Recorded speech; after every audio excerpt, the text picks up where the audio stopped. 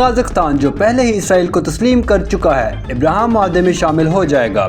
سن 1992 میں اسرائیل کے ساتھ باضابطہ تعلقات قائم کرنے والے وسطی ایشیا ملک کا کہنا ہے کہ سودوں کا حصہ ہونا فطری ہے۔ اسرائیل کے ساتھ باضابطہ سفارتی تعلقات قائم کرنے کے 33 سال سے زائد عرصے بعد کازخستان کا کہنا ہے کہ وہ نام نہاد ابراہیم معاہدے میں شامل ہو جائے گا، جس نے اسرائیل اور کئی عرب ممالک کے درمیان تعلقات کو باقاعدہ بنایا۔ یہ اعلان جمعرات کو امریکی صدر ڈونلڈ ٹرمپ اور وسطی ایشیا ممالک کے رہنماؤں کے درمیان ہونے والی ملاقات سے قبل سامنے آیا ہے۔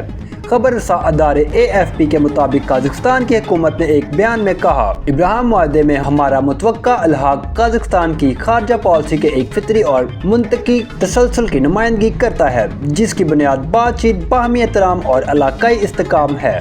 اس سے قبل مشرقی وسطیٰ کے لیے امریکی ایلچی سٹیو وٹکوف نے اعلان کیا تھا کہ کوئی اور ملک اس کی شناخت کیے بغیر معمول کے سودوں میں شامل ہو جائے گا۔ یہ واضح نہیں ہے کہ معاہدے میں شامل ہونے سے قازق اسرائیل کے پہلے سے قائم تعلقات پر کیا اثر پڑے گا۔